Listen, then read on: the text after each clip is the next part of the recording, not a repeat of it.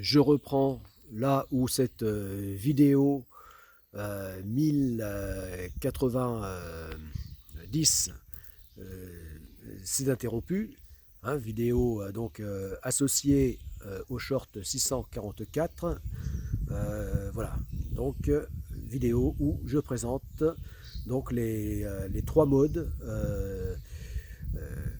différents de propulsion vélique de ce petit voilier océanique Godesarc On. Voilà. Donc, j'en étais à, voilà, à décrire le gréement donc bipode, euh, euh, donc avec ces différentes petites voiles. Voilà. Voilà. C'est-à-dire donc jusqu'à 5 voiles au lieu pouvant être établies en même temps au lieu des 3 voiles donc euh, du plan initial, hein, du plan de l'architecte naval euh, de ce modèle. Voilà. Voilà, donc surface de 77 mètres carrés avec le mât normal de 12 mètres, voilà, en tant que côtre, ou sloop avec été largable, et, avec mon gréement spécifique pour la navigation no limite, la SUP Tago, eh bien, donc pour ce multi-tour du monde sans escale en solitaire, ce gréement, donc, que j'appelle gréement bipode, donc de fortune permanent, voilà, qui est donc ce gréement où c'est parfaitement assumé que sa surface de voile est réduite par rapport donc au plan normal, enfin au plan initial de ce modèle, puisque son mode de propulsion vélique principal est la voile kite. Voilà. Voilà, où j'expliquais justement dans la première partie de cette vidéo, voilà, que c'est au moyen de ce balestron, donc posé ici, d'ailleurs qui devra être avancé vers l'avant de quelques décimètres, hein, d'environ 30 cm, voilà, c'est-à-dire ici, voilà, d'où l'utilité supplémentaire donc d'avoir avancé le roof d'un mètre supplémentaire par rapport au plan initial. Voilà. Voilà, comme j'ai fait ici. Voilà. Donc, euh, voilà, donc le balestron qui sera donc ici, d'où partira donc la voile kite, hein, qui sera en altitude. Voilà. Voilà. Et quand il y a, à partir du moment où il y a trop de vent, c'est-à-dire grand frais, grand frais mais fort, hein, c'est-à-dire voilà, grand frais et coup de vent à partir de là, eh bien, il ne sera plus possible d'utiliser la voile kite de type cerf-volant et donc il faudra passer. D'ailleurs, cette voile, donc en adéquation donc à cette taille de voilier, fera 40 mètres carrés. Voilà. On va dire donc surface de voile kite moyenne adaptée donc à ce voilier de 10 mètres et 9 tonnes à pleine charge, enfin à sa charge max, eh bien, voilà, ce sera le format voile kite de 40 mètres carrés. Voilà. Bon, donc, alors j'en étais passé, venu, donc, à partir du moment où il y a trop de vent, eh bien, passer à un gréement alternatif et non plus à la voile kite, qui est déjà en soi un gréement innovant et alternatif, encore aujourd'hui. Donc, Bon, et bien à ce moment-là, voilà, c'est là que m'est venue l'idée du, euh, du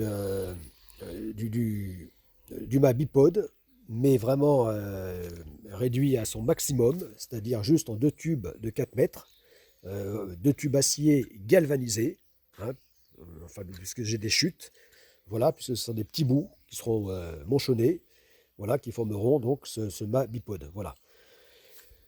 Bon, et entre autres, le fait qu'il soit en plusieurs bouts, puisque c'est que des chutes que je devrais manchonner, finalement, ce sera mieux que deux tubes en chacun 4 mètres, parce que ben, en petits bouts, ça permettra même de les ranger à l'intérieur. Voilà, de pouvoir facilement les ranger à l'intérieur. Voilà, bon, donc, et puis ça permettra d'avoir du rechange, voilà, de pouvoir réparer, etc. Bon, donc, euh,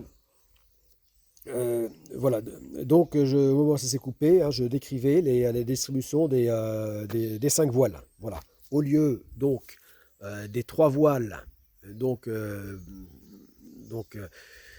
conformément au plan d'origine, voilà, avec le mât normal de 12,20 m, donc grand voile phoque et génois, donc eh bien voilà, est indiqué à 70 mètres carrés. Voilà. Alors que là, euh, avec ce mât 3 fois plus court que le mât normal, eh bien, euh, euh, donc il faudra, ce ne sera pas 3 voiles de base, mais 5 voiles qui seront voilà, établies pour arriver à, euh, euh, lorsque ce sera bon, frais, gros frais, hein, mais pas un vent de tempête, hein, pas un vent très fort, excessivement fort, eh bien, voilà, il y aura nécessaire d'établir ces 5 voiles euh, en même temps, et qui pourront quand même donc former jusqu'à la quarantaine de mètres carrés, et même plus.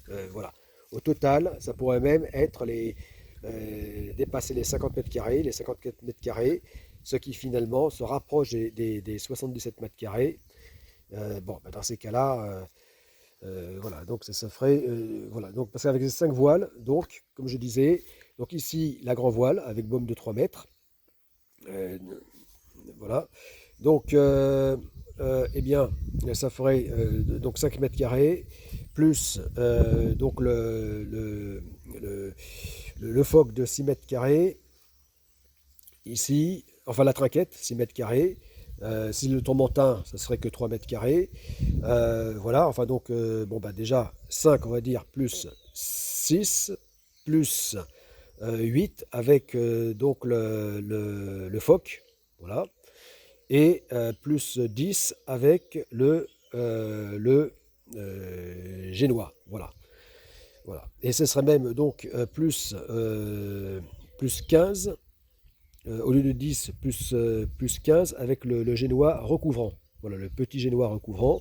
Et si on passe au grand génois recouvrant, c'est-à-dire avec donc le bout dehors déployé, eh bien là, ça ferait plus 20 mètres carrés. Voilà. Recouvrant, c'est-à-dire qui dépasserait. Voilà. Voilà. Donc je récapitule. Avec donc au moyen donc des génois recouvrants, euh, pour obtenir le maximum de surface tout en ayant un mât extrêmement court, eh bien, donc, ça ferait euh, donc 5 mètres carrés plus 6 plus, plus le 8 plus 15 du petit génois recouvrant et plus ici 20 du grand génois recouvrant. Oui, on arriverait finalement à 54 mètres carrés, donc largement la surface, c'est voilà, plus de la moitié. Voilà. Donc on arriverait même aux trois quarts de la surface initiale environ. Donc voilà, donc bon, ben, ça permettrait, ce gréement, aussi insensé qu'il puisse paraître, eh bien, permettrait quand même de rester un véritable voilier et qui plus est là parfaitement adapté donc aux exigences de la Subtago. Voilà. Voilà. Et alors ça, c'est donc le deuxième type de propulsion vélique. Voilà. C'est-à-dire voile. Premièrement, donc ça, c'est son mode de voile principal qui sera la voile kite. Voilà. Ensuite, quand il y aura trop de vent, eh bien, ça sera donc le voile, on va dire normal, même si le gréement n'est pas normal. Il est euh, assez particulier, hein, le Mabipod, comme je dis, de fortune permanent. Eh bien, les voiles, elles, il s'agit de voiles normales, voilà, c'est-à-dire de voiles textiles, euh, plates, enfin de voiles normales, voilà. Euh, voilà, donc ça, ce sera pour le, voilà, pour vent, donc de grands frais, coups de vent à tempête, voilà. Voilà, enfin, il pourra supporter jusqu'à des vents extrêmes, hein, voilà, jusqu'à ouragan, voilà, avec ce gréement. Voilà. Et troisième type de voile, eh bien, ça sera là, à ce moment-là, donc ce gréement euh, sera escamoté, avec ce mât donc rabattable et amovible. Donc il sera rabattu ou même entièrement démonté. Eh bien, à la place, viendront se mettre sur l'axe donc du balestron, troisième type de voile qui, elle, est une voile dite rigide, totalement rigide. Voilà. Voilà. Voilà. Qui sera de type aile d'avion, voilà, c'est-à-dire profil NACA. Voilà, donc là, une toute petite surface hein, d'un mètre carré et demi, voilà, seulement, mais euh, qui pourra, qui sera utile, elle, uniquement par les forces de vent extrêmes. Voilà, c'est-à-dire tempête à ouragan. Voilà. Et qui, une pierre de coups, aura l'avantage, comme là il s'agit d'une voile rigide épaisse, et bien, qui aura donc un volume non négligeable, hein, qui sera constitué euh, qui sera donc en mousse, et puis stratifié par-dessus pour être solide, bien rigide et solide. Eh bien, donc elle aura un volume finalement assez conséquent. Voilà. Étant donné qu'il s'agit de voiles épaisses. Et bah, du coup, ça fera quand même plusieurs centaines de litres euh, de, de, de mousse, donc de volume d'insubmersibilité, qui, en cas de chavirage, pourront aider le voilier euh, se redresser, voilà, plus rapidement. Voilà.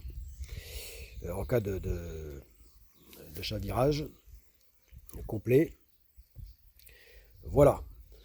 Bon, seulement il faudra prendre des précautions, évidemment. Voilà, entre le rapport dimension de la voile et solidité, de façon à ce que ça ne risque pas, avec l'impact, donc d'arracher le roof ou le pont, aussi costaud qu'il puisse être, etc., quoi. Et puis aussi que automatiquement, face à l'impact, hein, le plat, l'eau étant 800 fois plus dense que l'air, donc ça peut être très violent. Donc il faudra qu'automatiquement, elle se mette en drapeau, la voile, face à l'impact. Voilà. Bon, il faudra prendre ces précautions-là. Mais voilà, comme ça, pour avoir le double emploi de servir de voile de tempête ouragan et en même temps de volume d'insubmersibilité supplémentaire. Voilà. Voilà, donc là j'ai présenté les trois types de propulsion vélique de ce voilier. Voilà. Voilà, donc là, à l'échelle 1/20, et là, en taille réelle. Voilà. Donc, voilà, et deux maquettes. Voilà. Modèle réduit et maquette en taille réelle. Voilà, alors, là, cette maquette, elle mesure donc 52 cm et demi. Voilà.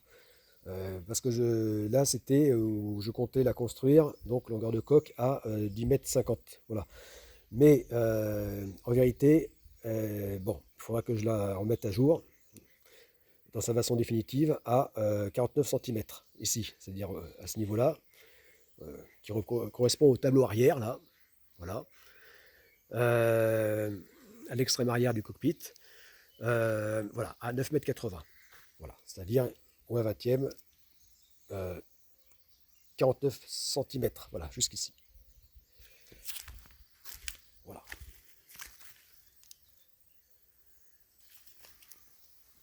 Voilà, avec ici un personnage, un homme d'1,80 m, 1,85 m à l'échelle de